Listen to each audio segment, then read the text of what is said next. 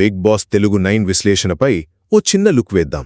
ఈ సీజన్లో ముఖ్యంగా కళ్యాణ్, తనుజ, ఇమ్మాన్యుయల్ వీళ్ళ ఆట ఎలా ఉంది, వాళ్ల మధ్య రిలేషన్స్ ఎలా మారుతున్నాయి, ఇంకా కొత్తగా వచ్చిన వైల్డ్ కార్డ్స్ వల్ల గేమ్ ఏమైనా మారుతోందా, వీటిపైనే మన ఫోకస్ అన్నమాట. సరే, ఇక్కడ 3 మెయిన్ పాయింట్స్ ఉన్నాయి.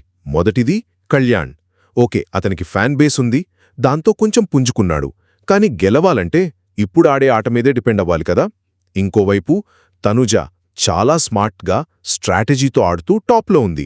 కానిక్కడ విషయం ఏంటంటే వీళ్ళిద్దరూ గట్టి పోటీదారులుగా మారట్లేదు, ఫ్రెండ్స్లానే ఉంటున్నారు.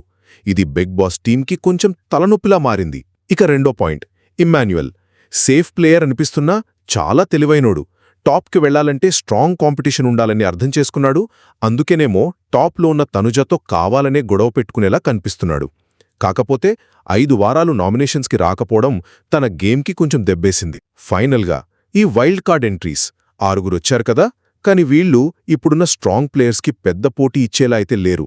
రమ్య, గౌరవ్ లాంటి వాళ్లు టాస్కుల్లో బాగానే ఆడుతున్నారు, కాని మొత్తం గేమ్ డైరెక్షన్ని మార్చేంత సీన్ అయితే కనిపించట్లేదు. సో ఓవరాల్గా చూస్తే కళ్యాణ్ తనుజ ఫ్రెండ్షిప్ కంటే ఇమ్మాన్యుయల్ తనుజ మధ్య రాబోయే పోటీయే ఈ సీజన్కి అసలైన కిక్ ఇచ్చేలా ఉంది.